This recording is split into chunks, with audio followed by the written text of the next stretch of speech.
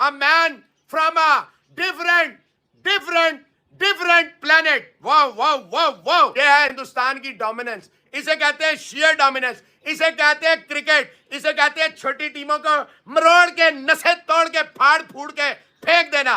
Team consecutively अपने घर में लास्ट जो टेस्ट मैच है वो हारी है। सो बड़ा इंटरेस्टिंग वो नंबर्स थे, किसी टीम के 1500 नंबर, किसी टीम के 1600 नंबर, पाकिस्तान के 24 दिन।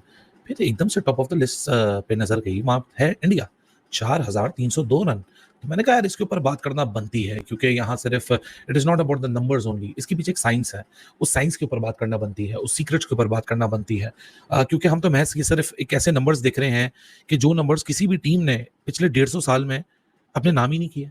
मतलब last home series loss in test matches, we are not even talking about a single test match, we are talking about an entire test series here.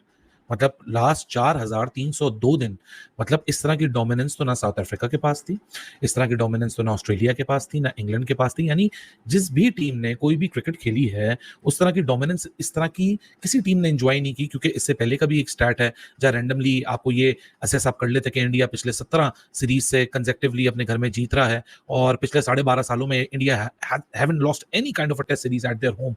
लेकिन ये एक स्टैट देख के मेरे ज़हन में ख्याल आया, मैंने कहा वर्थ इट है कि बात की जाए कि ऐसी क्या वजूहात हैं कि 2012 से लेके मैच आसानी से भारत ने जीत लिया। एक दो मुकाम पे ऐसे लगा जैसे भारत शायद फंस गया। बैटिंग में पहली इनिंग्स में पहले दिन में जहां पे घास था, गेंद हिल रहा था, 6 विकेटें गिर गई 150 से कम स्कोर पे, मगर उसके बाद ग्रेट रिकवरी हुई और वही रिकवरी एक न्यूक्लियस बनी, एक कैटलिस्ट बनी इस जीत का। घर पे खूब खेलते हैं, इसमें कोई शक नहीं है कि इस वक्त सबसे टफ टीम भारत की है घर में हराने के हिसाब से। मगर जो तूती बोल रहा है भारत की क्रिकेट का और इस क्रिकेट टीम का, रोहित शर्मा की कप्तानी में टेस्ट क्रिकेट में मैं बात कर रहा हूँ, वो ओवरसीज विक्ट्री से भी बन रहा है। इसलिए कि ना सिर्फ ये कंपेटिटिव रहते हैं ओवरसीज टेरिटरीज में, बल्कि मैचेस जीतते हैं, जिसकी वजह से धाक बन चुकी है। सो बांग्लादेश को बहुत कुछ करना था ऐसी कामयाब टीम के खिलाफ, उनको टफ टाइम देने के लिए, क्योंकि टेस्ट मैच जीतना तो एक ड्रीम ही हो सकती है किसी भी विजिटिंग टीम की आजकल। मगर टफ टाइम एक आधे सेशन में जरूर दिया, मगर उसके बाद इतनी कैपेसिटी नहीं थी कि वो भारत को चैलेंज कर सके। जब ये मुझे पता चला था ना कि बांग्लादेश की टीम जो है वो इंडिया जा रही है, और मैंने आपको पता, मैंने उसी टाइम भी कह दिया था कि इंडिया की टीम जो है ये पानी तक भी नहीं पीने देगी इस टीम को, क्योंकि ये एक एवरेज टीम है, ये कोई इतनी ज़बरदस्त टीम नहीं है। ना इनकी बैटिंग इतनी ज़बरदस्त थी, ना इनकी कोई बॉलिंग इतनी ज़बरदस्त थी, ना इनका कोई एटीट्यूड था, ना कुछ था। पाकिस्तान की सीरीज़ जब वो खेलने आए उस टाइम ये भी नीचे बॉटम से कोई पाकिस्तान के साथ ही थे, 7वें 8वें नंबर पे। पाकिस्तान को हराने के बाद ये टीम चौथे नंबर पे चली गई और सबने समझो ओ जी पता नहीं क्या टीम आ गई है जी, फड़का देगी इंडिया को सब कुछ। सिर्फ थकी घटिया किस्म की पिच बना के दी पाकिस्तान में इनको, जिसकी वजह से इनके बॉलर्स ने हमें प्रॉब्लम में डाला, और हमारे बैट्समैन वैसे ही टेक्निकली इतने अच्छे नहीं थे। लेकिन जहाँ पे पिचेस बॉलर को सपोर्ट करती हैं, वहाँ पे दुनिया का जितना बड़ा बैट्समैन हो वो टेक्निकली फेल होने लग जाता है, क्योंकि उसको हर टाइम सर्वाइव करना पड़ता है, जिस तरह हमें पाकिस्तान में करना पड़ा। ठीक है, और हम 2 टेस्ट मैच की सीरीज़ हार गए। लेकिन मुझे पता था ना कि इंडिया में फ्लैट पिचेस होती हैं। अगर नए बॉल से बांग्लादेश के बॉलर्स ने इंडिया को प्रॉब्लम में डाली भी थी दोनों इनिंग्स में, लेकिन उसके बाद देख लें आप, जहां विकेट फ्लैट था, जहां बॉल पुराना हुआ, ना पिच ने हेल्प की, ना कुछ भी की, कुछ नहीं किया। जडेजा ने मारा, अश्विन ने मारा, फिर ऋषभ पंत ने कुट लगाई, फिर गिल ने कुट लगाई। ये थी इनकी बॉलिंग। कहाँ गए पाकिस्तान में? तो बांग्लादेश के फास्ट बॉलर तो वेस्ट इंडीज़ के फास्ट बॉलर लग रहे थे, संभल ही नहीं रहे थे। मेहदी हसन ऐसे बना हुआ था जैसे पता नहीं कोई मतलब अनिल कुंबले आ गया, कोई समझ ही नहीं आ रही है। तो ये थी इस टीम की वैल्यू जो इंडिया ने बताया है। जाहिर सी बात है, एक टीम टॉप पे और उसके बाद जो नीचे की टीम का कोई मुकाबला तो रखना है ना। इसीलिए मैंने आपसे पहले ही बोला था कि मैं देखता हूँ इनकी बॉलिंग लाइनअप क्या करती है जाके, मैं देखता हूँ इनकी बैटिंग जो है वो इंडिया में क्या करती है जाके। तो इंडिया ने बहुत ही शानदार मैच जीता है। बिफोर द मैच भी यही एक्सपेक्टेड था कि इंडिया मैच जीतेगा, और अभी ड्यूरिंग द मैच भी कोई ऐसा कोई लम्हा, कुछ ऐसा कोई हुआ नहीं साहब तक कि बांग्लादेश थोड़ा सा भी चैलेंज कर सके। और इंडिया ने जो उनकी एक सुप्रीमेसी है अपने घर में, उसको मजीद कंटिन्यू किया है। और 17 सीरीज इस सीरीज से पहले ऑलरेडी जीत चुके हैं वो मुसलसल, जो कि ऑलरेडी एक वर्ल्ड रिकॉर्ड है, अनप्रेसिडेंटेड है। ये काम ऐसा कभी हुआ नहीं। और अभी 18वीं 17.5 हो गई हैं, तो आप 18 ही समझें। तो अगला मैच भी ऑब्वियसली हम सबको पता है कि कौन फेवरेट है और क्या होगा उसमें भी। तो 18 सीरीज, और फिर न्यूजीलैंड, अभी श्रीलंका में भी उनके पतले हिलाते हैं, आगे जाके बात करेंगे। वो इंडिया आएगी तो उसमें भी फेवरेट इंडिया ही है। तो जडेजा वो वहां पे मौजूद हैं और कमाल की क्रिकेट खेली है, और यही एक्सपेक्टेशन थी।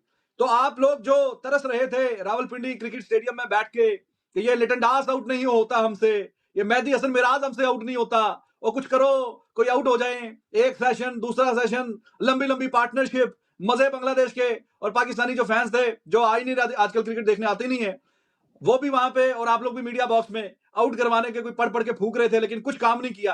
तो ये क्या हुआ भाई? ये अभी पहुंचे हैं इंडिया, तो मेहदी हसन मिराज जो 70-70, 80-80 रन नंबर 8 पे बैटिंग करके करता था, वो लिटन दास जो हमसे संभाला नहीं जा रहा था, 26 पे 6 के बाद वो मैच लेके चला गया। तो ये क्या कहानी हुई फिर वहां पे जाके? लेकिन सबसे पहले तो जो सरप्राइजिंग चीज थी वो ये देखें कि जब बांग्लादेश पाकिस्तान आई हुई थी तो रिकॉर्ड्स ऐसे बन रहे थे, 565 बांग्लादेश को all time highest run Pakistan के अगेंस्ट बन गया। फिर हमने लिटन दास की बैटिंग देखी, हमने हसन महमूद और नाहिद राना को देखा, हमें लगा कि यार ये तो कोई मानो ब्रेडली और गिलेस्पी जैसे बॉलिंग कर रहे हैं, बहुत ज्यादा हाईली प्रेज भी किया, लेकिन ऐसा लग रहा था कि शायद ये बांग्लादेश टीम इंडिया को कुछ तो टफ टाइम देगी। लेकिन जब ये इंडिया में खेल रही है तो ऐसा लगा कि इंडिया ने वन साइडेड मैच इनको मारा है। पहले 2 सेशन जो पहले दिन के थे वो जरूर आप बोलोगे कि बांग्लादेश ने एक अपने नाम किए, लेकिन उसके बाद शायद कोई 1 मिनट भी ऐसा नहीं सामने आया होगा कि आपको लगा हो कि बांग्लादेश इस मैच में जीत सकता है या डोमिनेट किया है। और बहुत ही कमाल किस्म की आप बात करोगे अश्विन की, ऋषभ पंत का कमबैक जिस तरह से हमें देखने को मिला, जिस तरह से बाद में शुभमन गिल ने बैटिंग की, जडेजा की जिस तरह से बैटिंग थी, फिर अश्विन जडेजा की बॉलिंग थी, टोटल इंडिया ने कंप्लीट टीम और कंप्लीट शो दिखाया अगेंस्ट बांग्लादेश, और उस बांग्लादेश के अगेंस्ट जिसने पाकिस्तान को 2-0 हराया, जिसने पाकिस्तान के अगेंस्ट 565 रन हाईएस्ट रन बना दिया। मुशफिकुर रहीम की बैटिंग जिस तरह से देखने को मिली थी हमें पाकिस्तान में, कुछ भी देखने को नहीं मिला। लिटन दास देखने को मिले, कुछ नहीं देखने को मिला। 10 विकेट से हराया इस टीम ने पहली बार बांग्लादेश। लिखी थी कि Rohit can Rohit cat Bengali tiger, तो कुछ लोग बड़ा उछले पहले सेशन के बाद, कुछ लोग जो है आसमान पे निकल गए। हा हा हा हा, ये जो धरती के बोझ होते हैं, जो छुपे हुए होते हैं, वो a man from a different planet. वाह वाह वाह वाह, ये है हिंदुस्तान की डोमिनेंस। इसे कहते हैं शेयर डोमिनेंस, इसे कहते हैं क्रिकेट, इसे कहते हैं छोटी टीमों को मरोड़ के, नसें तोड़ के, फाड़ फूड़ के फेंक देना।